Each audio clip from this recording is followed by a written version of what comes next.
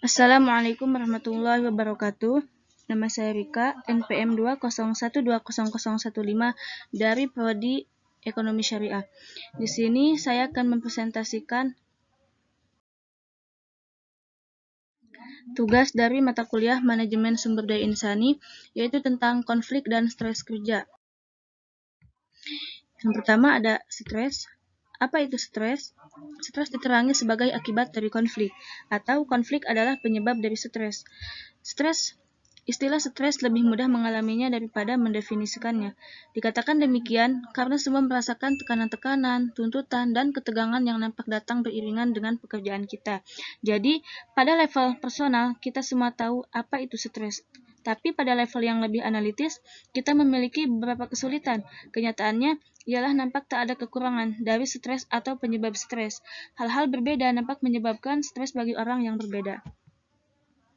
Adapun penyebab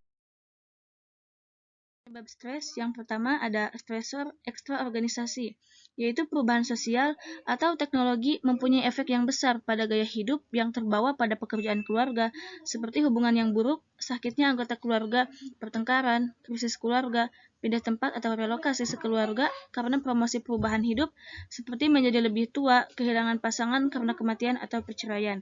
Yang kedua ada stresor organisasi, yaitu kebijakan dan strategi organisasi atau penyusunan karyawan, rotasi shift kerja, aturan birokrasi, dan teknologi canggih. Struktur dan desain organisasi atau tidak ada kesempatan maju. Proses organisasi atau pengawasan yang ketat, dan kondisi kerja tidak aman dan tidak sehat. Yang selanjutnya ada stresor kelompok, dibagi menjadi dua. Yang pertama, kategori kohesivitas atau kebersamaan kelompok. Yang kedua, kurangnya dukungan sosial. Nah, jika dukungan sosial kurang pada individu, maka situasi ini akan membuat stres. Yang selanjutnya ada stresor individu. Yang pertama pada level individu, yang kedua ciri kepribadian, yang ketiga persepsi kontrol personal, ketidakberdayaan yang dipelajari, dan daya tahan psikologis. Konflik,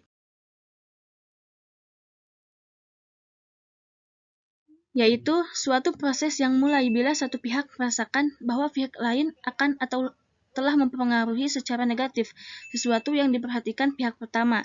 Konflik organisasi dapat terjadi karena perbedaan pendapat, pandangan, interpretasi, persepsi, serta kepentingan antar individu yang antar kelompok dalam organisasi yang menimbulkan bertentangan atau perselisihan. Adapun pandangan terhadap konflik, yaitu ada pandangan tradisional, ada pandangan perilaku, dan pandangan interaksionis.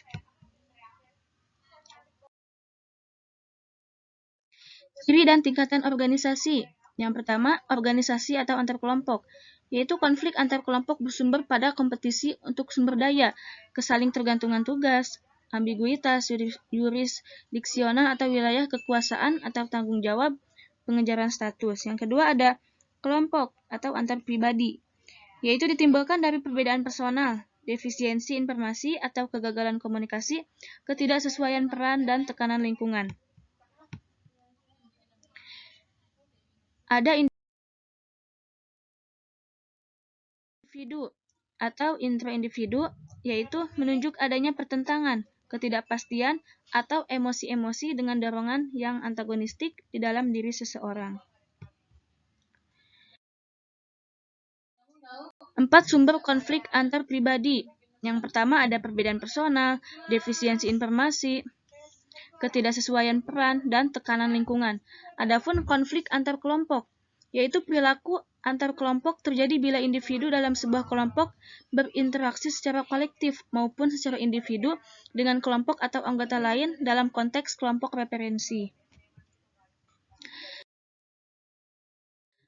Adapun segi positif dari konflik, yang pertama ada meningkatkan kohesivitas atau keterpaduan kebersamaan kelompok, yang kedua meningkatkan loyalitas, dan yang ketiga meningkatkan orientasi aktivitas berbasis kinerja yang menjadi tanggung jawabnya.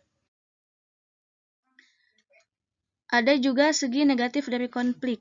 Yang pertama, meningkatnya kepemimpinan autokratis, menurunnya komunikasi organisasi, penilaian yang berlebihan, meningkatnya penyimpangan, persepsi atau serba curiga, dan yang terakhir ada stereotipe yang negatif. Mungkin hanya itu yang bisa dapat saya sampaikan. Wabillahi taufiq wal hidayah. Wassalamualaikum warahmatullahi wabarakatuh.